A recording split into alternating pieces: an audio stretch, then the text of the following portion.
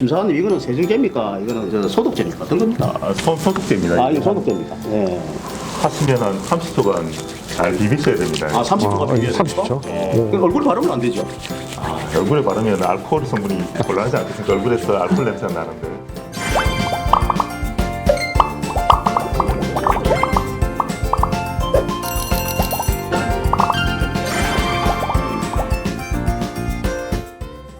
네, 김종규, 김대영 심사관님 어서 오세요. 안녕하십니까? 네. 자, 어제 이어 오늘도 출연을 해 주셨는데 각자 자기 소개 한 번 더 해주시죠. 안녕하세요. 특허청 환경기술심사팀 김대영 심사관입니다. 고분자섬유 심사과 김종규 심사관입니다. 네, 두 분 심사관님 반갑습니다. 네. 자, 그 지난 시간에는 그 미세먼지와 바이러스 차단에 효율적인 방진 마스크에 대해서 알아봤는데요. 자, 오늘은 손 소독제에 대해서 여러분들에게 좀 정보를 알려드릴까 합니다. 자, 알코올 소독제는 뭐 병원에서나 뭐 흔히 사용하는 것으로 저는 알고 있는데 요즘 보니까 이걸 또 직접 들고 다니는 휴대용 또 손 소독제도 있다고 합니다. 네. 자, 그렇다면은 자, 오늘은 우리 또 김대영 심사관님께서 좀 설명을 해 주셔야 될 게 있는데 첫 번째 돌직구 질문 한번 들어가 봅니다. 네. 자, 손 소독제는 이 물과 뭐 이 비누로 이래 씻는 그 손 씻는 거 아니십니까? 그거와 비교해서 어떤 효과가 있습니까? 좀 구체적으로 말씀해 주시죠. 네, 작년도에 경기도 보건환경연구원에서 손 소독제 관련 재미있는 실험을 결과를 발표했는데요. 네. 잠깐 소개해 드릴게요. 그 실험 대상 미생물은 대장균이었고요. 그 물로 손 씻기, 비누로 손 씻기, 그리고 이 손 소독제 사용하는 세 가지 방법을 이용해 가지고 어느 게 가장 효율적으로 대장균을 감소시킬 수 있는지 알아봤는데 놀랍게도 1위는 비누로 손 씻기였습니다. 아, 그래요. 그리고 그때 한 96% 정도의 대장균 감소율을 보였습니다. 네. 그리고 그 다음은 오늘의 주제인 이 손 소독제를 사용하는 것이었는데요. 95%를 보였습니다.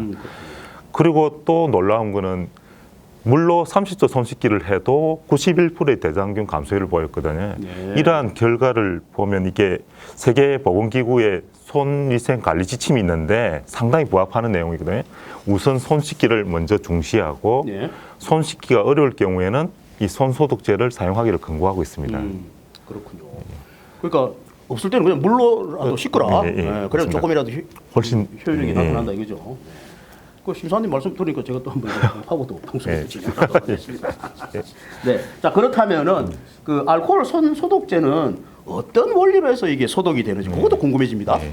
에탄올 같은 저분자 알코올은 끓는 점이 낮은 데다가 근데 OH기가 들어붙어 있어가지고 다른 물질과 반응성이 상당히 높습니다. OH기라는 수산화. 맞습니다. 예, 수산화기입니다.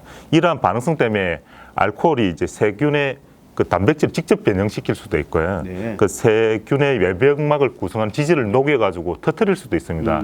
이런 작용을 통해서 살균 효과가 일어나는 거죠. 네. 그러니까 여론문에 따르면 대부분의 세균하고 그다음 균류, 일부 바이러스에 대해서 살균 효과가 있다고 보고되고 있는데요. 오늘 주제인 이런 인플루엔자 바이러스라는 외피형 바이러스인 코로나 바이러스에 대해서도 불활성 효과가 있다고 알려져 있습니다. 그래요. 그렇군요. 그 알코올 손 소독제 하니까 제가 알코올 또 술을 좋아해서 그런데 우리가 먹는 술로 이 에틸 알코올 아니겠습니까? 그렇습니다. 예. 그거라도 뭐 소독이 가능합니까? 어떻습니까? 근데 기본적으로 알코올의 농도가 한 60에서 80 정도가 효과가 가장 높다고 생각합니다. 그리고 네. 너무 높아 버리면 알코올이 빨리 휘발되니까 그렇죠. 예. 그 하나만 소독 효과 하나만 되고 하나만. 술 먹다가 손 씻으면 안 되겠네요. 효과가 없겠습니다. 네. 자, 손 소독제 잘 알겠고요. 자, 그런데 그 시중에 판매되고 있는 제품을 보면 핸드워시라고 해서 손 세정제 또 굉장히 많이 있거든요. 네. 자, 그렇다면 손 소독제하고 손 세정제는 또 어떻게 또 차이가 나는지 예를 들면 뭐 소독이나 향균 효과 뭐 그런 것도 차이가 있는지 그거 한번 구체적으로 네. 설명해 주시죠. 그러니까 손 소독제하고 손 세정제가 언뜻 같은 제품을 착각할 수 있는데 네. 둘은 엄연히 다른 제품입니다. 아, 그래요? 그러니까 손 소독제는 물이 필요 없는 알코올 기반 소독제입니다. 그래서 기본적으로 알코올이나 뭐 프로파놀 같은 소독 성분이 한 60-70% 차지를 하고 있고요. 네. 그래서 이 비비면은 금세 마르게 되고 알코올 냄새 나면 손에서. 네네. 그리고 알코올 작용으로 세균이 사멸될 수 있고. 네. 근데 우리가 이렇게 잘 비비지 않고 하면 여전히 세균이 남아 있을 수 있는 그 네. 위험이 있습니다. 네네. 그리고 이에 반해 손 세정제는 한마디로 액체 비누에 해당되거든요. 액체 비누. 액체 비누예요. 네. 그래서 뭐 계면 활성제하고 그다음에 피부 보습제가 주성분이 되고 있는데요. 네. 이걸 갖다 손에 바르가지고 이렇게 하면 잘 마르지도 않고요. 오히려 거품이 생겨가지고 꼭 물을 사용해서 씻어내야 씻어내야 됩니다. 된다. 그러니까 이런 씻어내는 과정에서 세균이 물과 함께 씻겨 내려가는 거죠. 아, 그래서 손 세정제는 살균, 항균 효과보다 물리적으로 제거하는 효과가 제거하는 거, 우세합니다. 씻어내는. 그렇군요. 그러니까 손 소독제는 알코올 같은 게 있어서 일종의 그 의약 외품으로 볼 수 있고, 맞습니다. 예. 손 세정제는 뭐 의약 외품이라기보다는 이제 어느 일반적, 화장품에 예. 가까운 비누에 가까운. 그렇습니다. 그 바르고 난 뒤에 반드시 물로 씻어내라. 씻어야 된다. 네, 그렇고. 자, 어제 소개해드린 그 방진 마스크와 마찬가지로 손 소독제와 손 세정제 요것도 뭐 또 특허 등록된 제품들이 또 네. 많이 있는 걸로 좀 알고 네, 있습니다. 맞습니다. 그렇다면은 항균용 세정제 또는 그 손 소독제에 관련된 특허 출원 현황은 또 어떻게 되는지 그것도 궁금해집니다. 네네. 그러니까 2000년도부터 현재까지 출원 건수가 약 한 500건 정도 되는데요. 아, 네, 그렇게 그렇죠. 다른 출원건에서 많지는 않습니다. 특히 우리 인터넷에 보면은 알코올하고 이렇게 글리세린 섞어 가지고 네. 손 소독제 제조 방법이 이미 많이 유행을 하고 있습니다. 네, 유튜브에도 많이 나오더라고요. 네. 그래서 이렇게 공지가 돼 있다 보니까 그렇게 많이 출원되지 않고 있는 상황인데요. 네. 그래도 연도별 출원 건수를 보면 우리 메르스가 발병한 그 다음에 2016년도에 출원 건수 가장 많았고요. 그래요. 그 최근엔 점차 감소 수준에 있습니다. 그래도 그러니까 출원 발명 중에 사스, 메르스 같은 이런 코로나 바이러스에 대한 항균성을 특징된 것들이 한 10건 정도 지금 그래요? 있는데요. 네. 근데 이 신종 코로나 바이러스에 대해서는 아직 임상 실험 결과가 포함되어 있는 발명은 아직까지 없는 상태입니다. 네, 그렇군요. 말씀 중에 그 국내 메르스가 발병한 이듬해인 2016년도에 맞습니다. 출원이 좀 많았다. 네. 거기 좀 흥미롭게 보여집니다. 그리고 그 아까 유튜브를 통해서 뭐 제조 방법들이 나오는데 혹시 또 우리 저 구독자분들 중에 이걸 또 특허 출원하시는 분들도 있을 수 있어요. 네, 그래서 맞습니다. 이미 유튜브에 공개가 됐기 때문에 아마 출원을 하셔도 뭐 등록은 맞습니다. 아직 힘들지 않을까 그런 생각도 해봅니다. 네, 자 그럼 여기서 어제와 또 반대로 이번에는 우리 또 김종규 심사관님께서 손 소독제 전문가인 우리 저 김대영 심사관님께 좀 궁금한 사항이 있으면 예리칼한 질문 한번 해주시죠.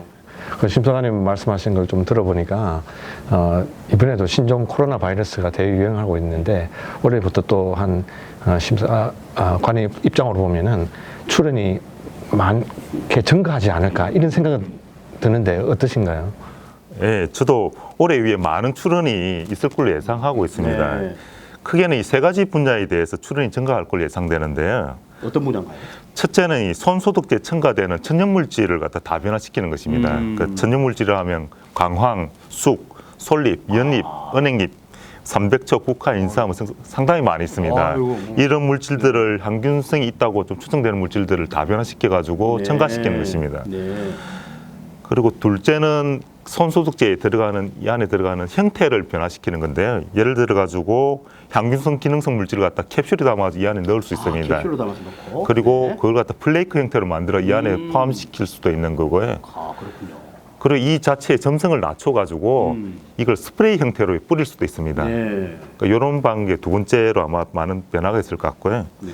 세 번째는 올해 그 신종 코로나 바이러스가 기승을 부리고 있는 만큼 아마 여기에 대한 연구도 많이 진행이 될 것 같아가지고 이런 특정 바이러스에 대해서 향균성을 지니는 물질을 포함시킨 손 소독제가 많이 출원되지 않을까 기대하고 있습니다. 아 그렇군요.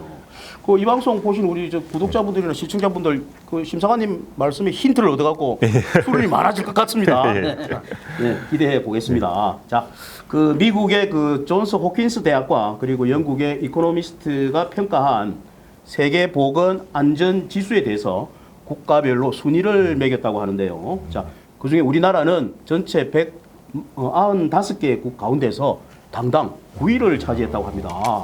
그만큼 국가의 방역 체계랑 그리고 대응 능력이 세계에서 10손가락 안에 들 만큼 능력이 뛰어나다는 걸 증명을 해주고 있습니다. 자, 요즘 그 신종 바이러스 때문에 많은 분들이 불안해하고 있는데 말이죠. 외출 시 꼭 마스크를 착용하시고 그리고 수시로 또 손을 깨끗하게 씻는 등 개인 위생에 조금만 더 주의를 기울여 준다면 여러분 모두가 건강하게 또 다가올 봄을 따뜻한 봄을 맞이하지 않을까 하는 또 생각을 해봅니다. 자, 이틀 동안 국민 건강에 대해서 좋은 말씀, 좋은 정보 들려주신 김종규, 김대영 심사관님 대단히 감사합니다. 네, 감사합니다. 구독, 좋아요 꼭 눌러주시고요. 알림 설정까지 꼭 부탁드립니다.